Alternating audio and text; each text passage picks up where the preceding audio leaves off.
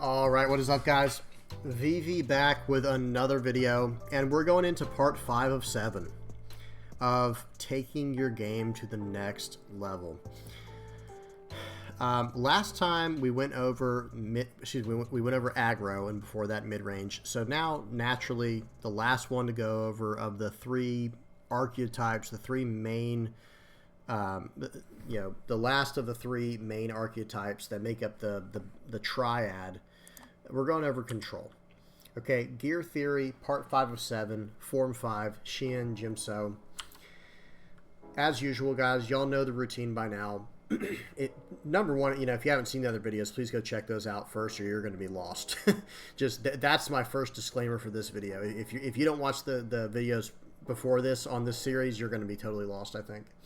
But disclaimer: this is all based on my own knowledge and observations and thoughts on it, and this is just for educational purposes. I want to help the new players develop quicker. I want to help the average and intermediate level players get to the next level.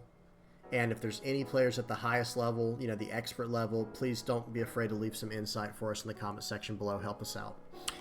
Okay, and like, again, as usual, this is geared towards One Piece, but a lot of these concepts are pretty universal and can transcend most TCGs that are built around the same principles, the same game design and balance principles. Okay, so we've already gone over Gears 1 and 2, talking about knowledge and experience. We've gone over Gears 3 and 4, the mid-range and aggro concepts. And now we're going to go over Gear 5, which is management and attrition. This is the control section or segment. This is the segment that resonates with me the most. I definitely have a lot of mid-range in my blood is the only way I can explain that. I do love playing a good mid-range deck, but control is very much what resonates with me personally. It's where I have the most comfort, and it's what I enjoy playing the most. So let's go ahead and hop straight into it, guys. So Gear 5, management, attrition, and stalling your way into the late game. It should really say stalling your way to victory, but it's in the late game. So the beginner concepts here. What does it mean to wall up or to turtle? So this is a defensive concept where Ataru or Gear 4 is more offensive and aggressive. Gear 5 is very much defensive, where Gear 4 and Gear 3 are very proactive. They seek to put their own production out, their own development out. Gear 5 is very reactionary. As opposed to being proactive, they're reactive in Gear 5. So we're going to try to wall up or turtle, right? It's called turtling because what does a turtle do when he's in trouble? He puts his head in his shell, and he's armored, right? He's protected like that, or theoretically, right? And with wall up, we're building up this wall, and that's a big concept. I didn't actually write it down, but that's a big concept for beginners to understand. We are trying to build this engine, this wall that stops our opponent. It just stops them in their tracks, and now we can take control and win out the game from there.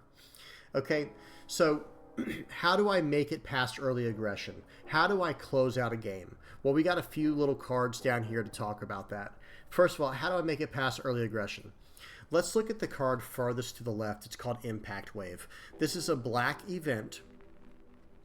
It does a few things. Number one, it's a counter that helps us counter out of the bigger attacks. We have to leave 2 Dawn active. So again, that's part of managing our resources. I wish I didn't actually write that in here, but we're not just managing the board and managing threats. We're also managing our resources properly, where okay, we need to leave 2 Dawn active so we can use this event, or leave 1 Dawn active or whatever to do our effects and events. So Impact Wave in particular is a very special kind of event that lets us block out of attacks it gives us a 4,000 power counter, and it lets us KO a character potentially. And what else does it have? It has a trigger, where a trigger, for those who don't already know, is if I take a life card, and let's say the life card is Impact Wave, so if I took damage and I lose a life, if there's a trigger as that card that I lose from my life, I can play that right away. And this allows us to KO as well. So that's very powerful. That's a very powerful event that helps us clear up the early game. And another big concept. So with the aggro, let me go back real quick. With the aggro and mid-range decks, they had specific keywords that helped them do what they needed to do to help them with their game plan. Aggro decks wanted the rush characters or the buff characters to help them get across that attack threshold. Mid-range characters wanted to just overly develop and get down some very high quality attacks in the form of double attack and things like that, or just having very large characters that are hard to stop. Well, with Gear 5, we're really focusing on blockers. We're really focusing on preventing damage through counters and preventing attacks through blockers. Blockers allow us to stop an attack. So if you attack into me for, let's just say you attack at my leader for 10,000 power attack. Well, that's going to hit, right? There's no way I'm going to counter out of that realistically. Well, no problem. I'll just use one of my characters with blocker on them to block the attack. Okay, so that's the main attribute or the main what would you call it, feature or keyword for your control decks, your Gear 5 management and attrition style decks. You need to block out early so that you can make it into the late game. Excuse me. So how do I close out a game? Well, that's where you do share this with the mid-range decks. You're going to want to play some pretty big characters. So notice we have the Yamato here. This would not even be the biggest character we play. We would want some 10 cost characters in our deck if we could fit them in. Certain decks won't run 10 cost as control, but we'll talk about that in a minute. We'll definitely talk about that in a few slides down. Excuse me. And we're also going to use cards like Red Rock to help push their big characters out of our way so we can get further into the late game and fully set up and, get to the strongest point we can. Okay, so Gear 5 is focused on how to manage your opponent's threats and whittle them down slowly over the course of the game. So once they realize what's going on, it's too late. You've been slowly bleeding them out over the course of the game. The idea is death by 1,000 cuts. And one of the greatest quotes that I don't want to say one of the greatest quotes. I've heard some pretty good ones, but for anyone who plays chess, one of the chess masters, I think he's a Russian chess master. I could be wrong about that. I apologize if I'm wrong about that. But his name is Mikhail Tal. He has a very famous quote. And again, this is in reference to chess. Well, trading card games is very similar to chess in that you need strategy and you need skill to win at the highest level.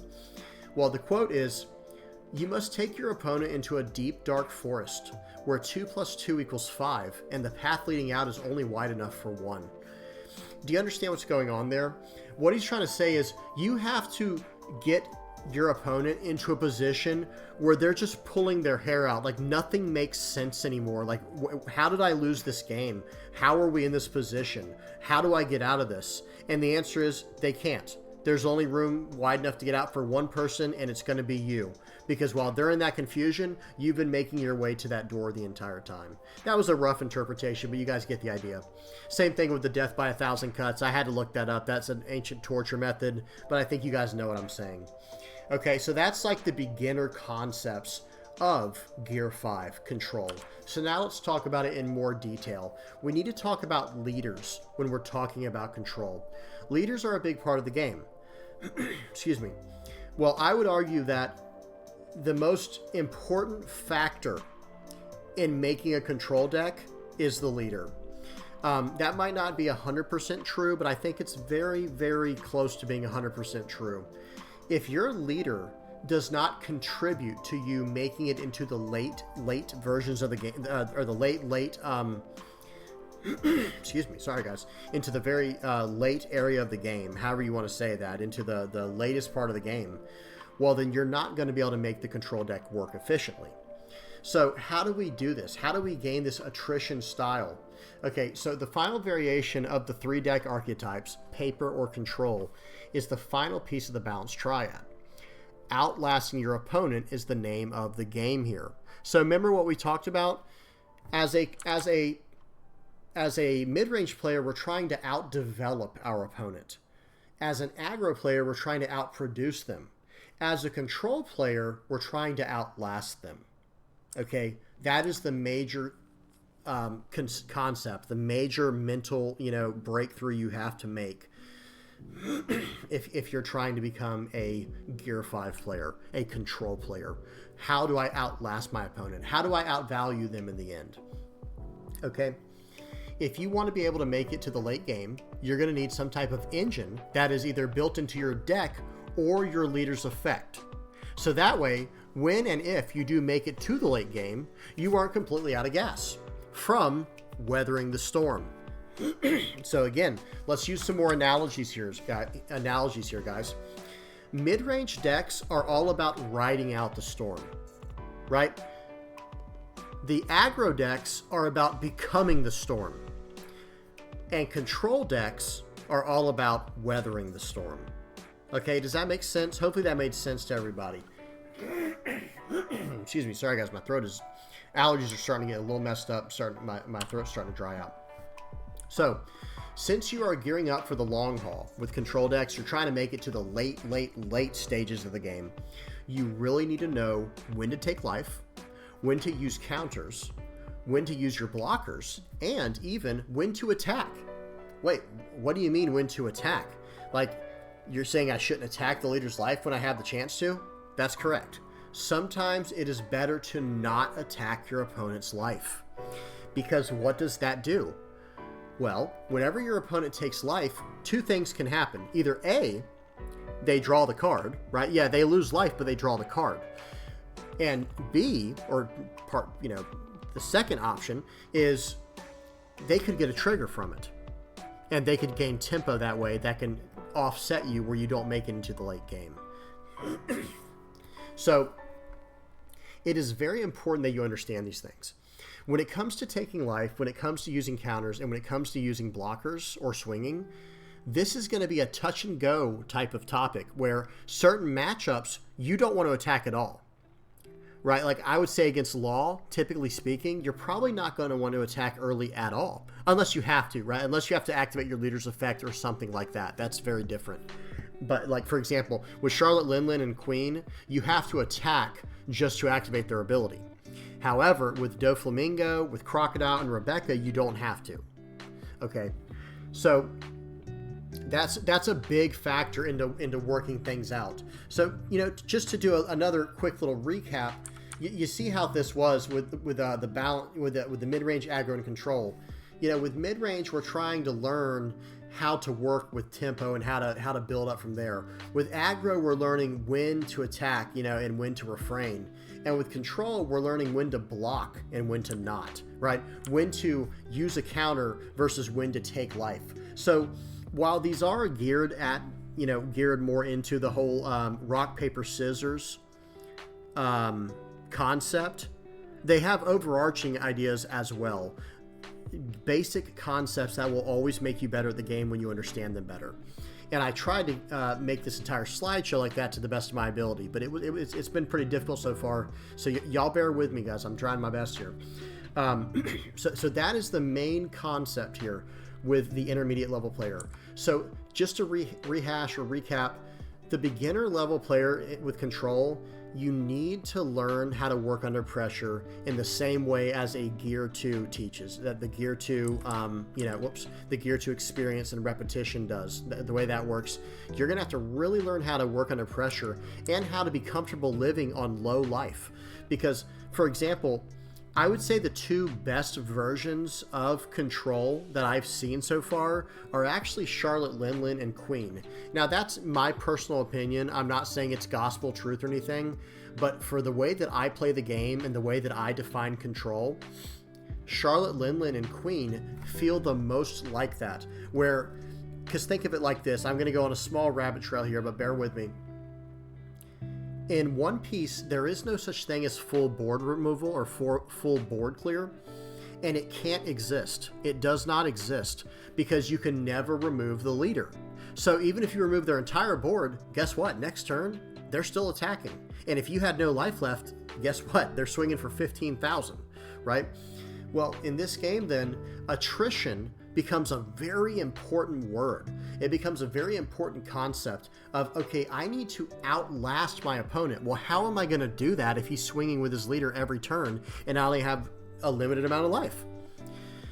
Well, the answer to that is Charlotte Linlin and Queen allow you to gain life. So, okay, well, if I can gain life, that will offset his leader's attack against me to the point where I'm not losing life, right? Even though I'm quote unquote losing life, I'm gaining it back the next turn where I can stabilize. That's a very important concept to understand. Crocodile is a little bit different. Blurple Crocodile, or blue purple Crocodile here. He has Dawn ×1. After you activate an event, you may draw one card if you have 4 or less cards in your hand and haven't drawn a card using this leader's effect during this turn. So while he doesn't quite contribute to the idea of gaining life, he does have the ability to draw cards for you. So remember what we talked about. When and if you do make it to the late game, you're going to run out of gas if you can't draw cards or keep your life going, which is drawing you cards as well, right? When you're gaining life, you are technically drawing a card eventually from the life. Okay, unless they have a banish effect, obviously. Another version of control over here is Rebecca, where this leader can't even attack. She is a 5,000 power, 5 life, multicolored leader, which is typically rare, right? It's usually not like that. There's always going to be some kind of detriment in this game. Well, she has the ability in her main, or to activate in her main once per turn, to pay 1 and draw a card. Like basically mill 1 card, draw a card. Effectively is what she can do if your deck's built properly. And then last but not least is Doflamingo.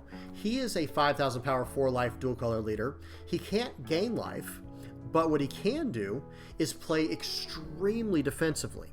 And his leader's effect allows him to play so defensively. It's really actually very powerful. So let's go ahead and look at some decks real quick that take this into consideration. First up is this blue-yellow Queen deck. This is by a person named Holden Miller, and this is at the Play TCG's NA online regional. This is a 9-0 list for Queen. And notice, I don't want to go into too much detail, but the thing is, Queen is able to gain life through Yamato and Mihawk being on the board, and also Katakuri. That's the way that Queen gains life, is you have an 8-cost character in play, and you have 4 cards or less in your life and your hand combined. I'm sorry if that's confusing to the newer players, but just understand that as long as he has one of these cards in play, he can gain life. These 3 down here in the bottom middle. Katakuri, Mihawk, and Yamato. Okay, so this card can gain lots of life. And as it's gaining life, it has all these triggers in life that just totally shut down attacks. For example, 4 Boa Hancock and 4 Charlotte Brûlée, these are trigger play this card blockers. So if you get this from your life, it just goes right into play blocking. Same thing with Sanji. Now with Sanji, you do have to trash a card from hand, but that's a blocker. Pound is a blocker. Doflamingo is a blocker. These are utility blockers. Capone Gang Beige, he is a 2K counter that also has a trigger to just shut down an attack for the turn. So you see what's going on here, how it can just stop things. And then it has lots of removal and some more ways to counter out. So you see what makes this into a very strong... Sorry guys, my allergies are starting to get kind of wild. You see what can make this into a very strong control deck, a very strong outlast attrition deck, where it just keeps gaining life and keeps gaining life. And in the process, it's dropping these huge boss monsters to take control of the game. And so the engine that keeps the deck alive is the Queen, and then these bosses end up becoming the threats that close it out. Closing out the game is a big part to learn with Gear 5. And then last but not least here, we do have Don Quixote Doflamingo list. I'm not going to go through the whole thing. Just notice how many events are in this deck, though. So 4 Punk Gibson, 1 Thunder Bagua, 2 Hell's Judgment, 4 Spider Webs, and 2 Union Armado. So that's 4, 5, 6, 7, 11, 13 events.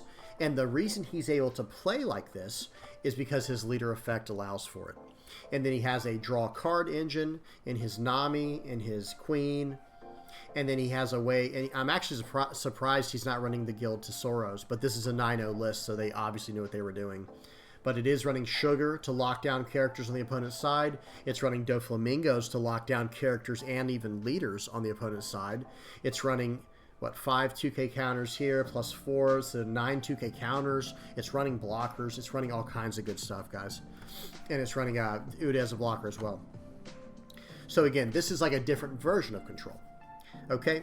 And like I mentioned with all the other lists, the only way to really become like a very high level, expert level Control player is to put in the time, put in the reps.